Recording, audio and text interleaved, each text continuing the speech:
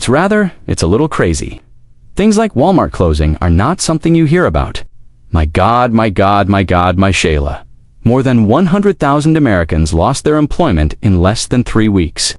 Yet neither a financial crisis nor a natural calamity was to blame. Import taxes suddenly increased.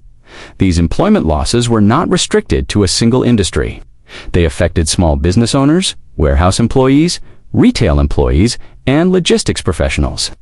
Many of them were employed by or dependent on a single corporation. Walmart, the biggest retailer in the U.S., Walmart, has permanently closed more than 40 of its retail locations, as well as a number of significant distribution hubs, where Walmart frequently acts as the primary source for groceries. Medications and home products were particularly severely struck by these closures. Walmart was more than simply a convenience store in many small economies. It was frequently the sole employer. Recently implemented tariffs of up to 145% on Chinese imports are at the core of this crisis. The U.S. government implemented these taxes in early April 2025 with the intention of safeguarding domestic production. However, the expenses proved unaffordable for businesses like Walmart that depend on international sourcing and run on extremely tight margins. Price increases for necessities, supply chain interruptions, and a surge in retail closures are the outcomes. What is currently taking place is an economic shockwave rather than merely a business adjustment. The cost of daily life is increasing. Families are losing their income, and communities are losing vital services. The true query is, what does it indicate about the state of the U.S. economy if even Walmart is having difficulty surviving in these circumstances?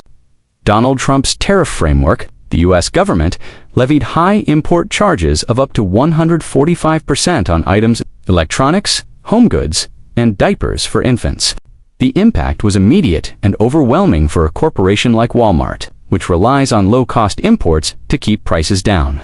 That's how they became the nation's biggest store. But Walmart had little choice but to choose between two possibilities when the cost of importing goods almost doubled overnight. Either increase prices and risk losing clients, or absorb the expense and lose money. The business first made an effort to persevere, but the financial strain was too much. In just a few weeks, the prices of diapers, toys, and electronics that many families depend on increased by 20 to 30%. This was a major issue for a company that claims to be affordable, reported spending more than they had anticipated.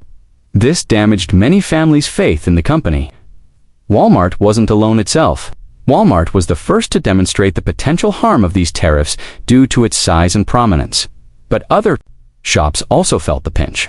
What began as a legislative measure to safeguard American industry swiftly devolved into a retail financial catastrophe and a budgetary nightmare for millions of working families.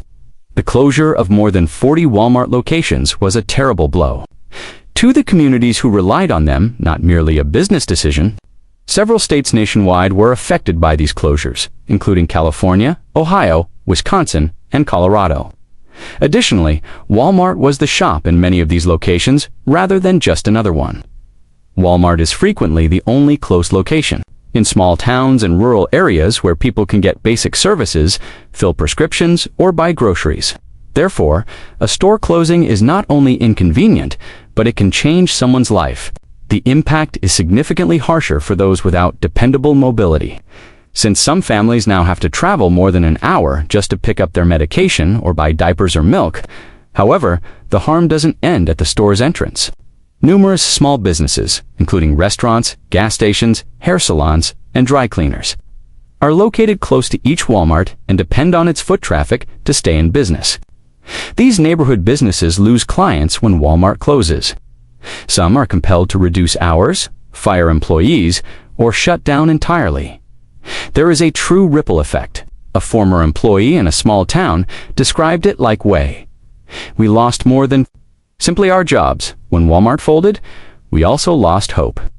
The narrative is not just about the economic impact of life where people congregated, worked, and shopped. Many Americans in these places view Walmart's abrupt departure as a sign of a larger system that no longer serves them, leaving empty buildings, lost revenue, and a void that no other company can or will fill. Walmart didn't simply accept the harm when faced with declining profit margins and growing expenses. Instead, it undertook one of the most drastic changes in its history, although this response came at a cost. To lower labor expenses and boost productivity, Walmart started making significant investments in automation. Self-checkout machines are replacing traditional cashiers in many establishments. Robots are already performing jobs in warehouses that were formerly performed by humans, such as moving inventory and stocking shelves. Walmart may be able to reduce costs in the short run with this change, but thousands of jobs are at stake, particularly for entry-level workers in low-income areas, where employment opportunities are already scarce. Walmart is also altering the way it sources its goods. The corporation is moving its supply chains to nations like India rather than relying mostly on Chinese suppliers, who are now too costly because of tariffs. Mexico and Vietnam, although labor costs are lower and political issues are less complicated, in these areas, quality control is difficult, and establishing new supplier connections takes time. It's not a quick remedy. Walmart is also reconsidering its logistics operation in order to enable this change.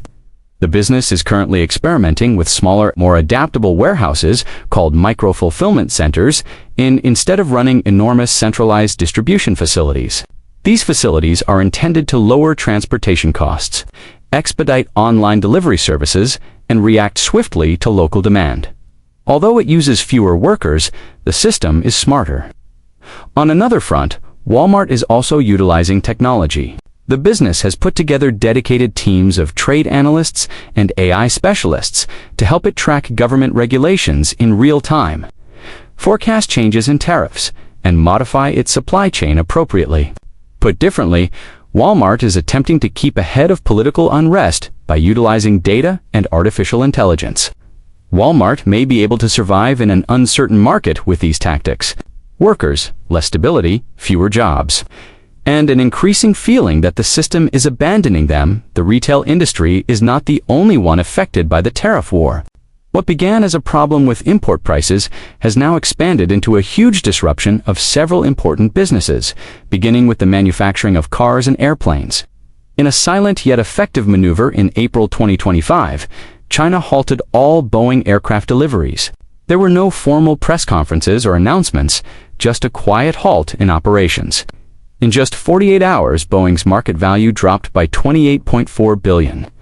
This was a targeted strike against one of America's most recognizable exports, not merely a trade disagreement. China's message was unambiguous.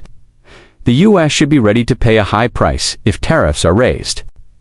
Similar pandemonium quickly followed Boeing's blow to the auto industry. Due to shortages of vital components, particularly electronics, microchips, and battery parts, which are frequently obtained from China or processed using materials from Chinese vendors, GM, Ford, and Stellantis announced significant production cuts. In certain instances, factories were forced to close assembly lines for well-known car models, and battery production was cut by more than 60%.